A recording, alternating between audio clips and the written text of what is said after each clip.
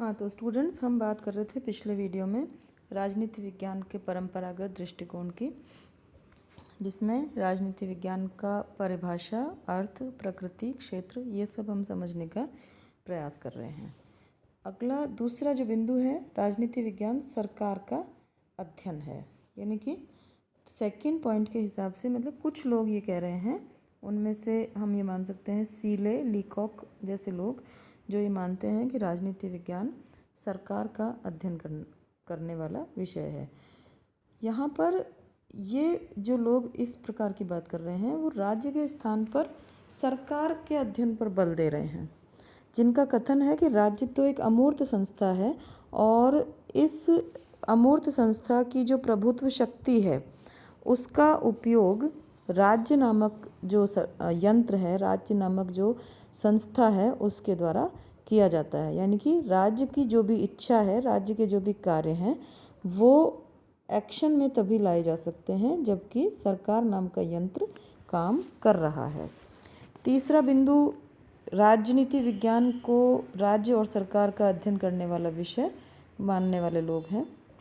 यानी कि ये लोग, इनके मान्यता अनुसार राजनीति विज्ञान वह विषय है जो कि राज्य और सरकार दोनों का अध्ययन करता है। इसमें जिन लोगों को शामिल कर सकते हैं वो है डिमॉक, गिलक्राइस्ट, लास्की, गेटल, ये लोग जो हैं इनका ये मानना है। और हरमन हेलर, ये लोग ये कहते हैं कि राजनीति विज्ञान राज्य और सरकार दोनों का अध्ययन करता है। इनके अनुसार राज्य और सरकार का अध्ययन निरपेक्ष रूप से नहीं किया जाता बल्कि इसे मानवीय संदर्भ में किया जा सकता है।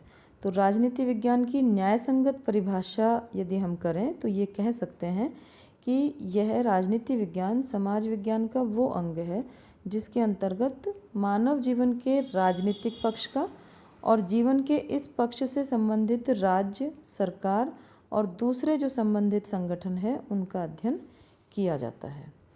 तो ये हमारा परिभाषा को समझने का जो पार्ट है वो पूरा होता है। अब हम बात करेंगे परंपरागत राजनीति विज्ञान का क्षेत्र। क्षेत्र का यहाँ पर तात्पर्य इस प्रकार से समझिए आप लोग कि क्षेत्र मतलब जैसे एरिया जो है, यानी राजनीति विज्ञान के एरिया में, राजनीति विज्ञान के क्षेत्र में कौन कौन सी चीज़ें कवर हो रही हैं, कौन कौन से टॉपिक्स हैं जो कि हम राजनीति विज्ञान के क्षेत्र में पढ़ते हैं। तो ये क्षेत्र का अध्ययन हम कर रहे हैं किस हिसाब से? परंपरागत दृष्टिकोण के हिसाब से। मैंने आपको बताया शुरू में कि हम राजनीति विज्ञान की परिभाषा, अर्थ, प्रकृति, क्षेत्र, इसको दो नज़रिए से पढ़ेंगे।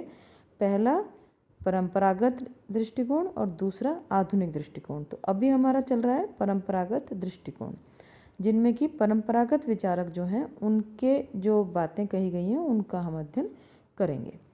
तो परंपरागत राजनीति विज्ञान की परिभाषा के अनुसार ही ये क्षेत्र के संबंध में भी कुछ लोगों ने जो बात की है, जैसे गार्नर ने कहा है कि इसका क्षेत्र के बारे में कि राजनीति विज्ञान के क्षेत्र को 3 तरह से डिवाइड कर सकते हैं। राज्य की प्रकृति और उत्पत्ति की खोज, राजनीतिक संस्थाओं के स्वरूप, उनके इतिहास और उसके जो विभिन्न रूप हैं उनके बारे में अध्ययन, और तीसरा उस खोज और गवेषणा के आधार पर राजनीति विकास के नियमों का यथासंभव जितना अनुमान लगाया जा सके। पीके मुखर्जी जो हैं वो इस संबंध में कहते हैं कि राजनीति विज्ञान के क्षेत्र में राजनीतिक दर्शन, सिद्धांत, राजनीतिक संस्थाएं, विभिन्न प्रकार के वाद, राज्य का राष्ट्रीय और अंतर्राष्ट्रीय स्वरूप, राजनीतिक संगठन के विधि से अलग स्वरूप, राजनीतिक दल, दबाव समूह आदि जो टॉपिक्स हैं वो आते हैं। प्रोफेसर विलोबी कहते हैं राजनीति विज्ञान जिन जिन महान विषयों की व्याख्या करता है वो है राज्य, सरकार और कानून।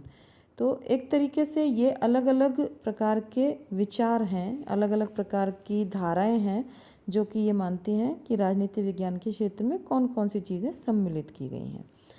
तो इस हिसाब से देखा जाए तो हालांकि बहुत ज़्यादा ये चीज़ें नहीं हैं क्योंकि ये परंपरागत दृष्टिकोण है, और इस परंपरागत दृष्टिकोण के हिसाब से हम बहुत कम टॉपिक्स का यहाँ पर पाएंगे कि बहुत कम टॉपिक्स ही इस परंपरागत दृष्टिकोण में कवर किए गए हैं।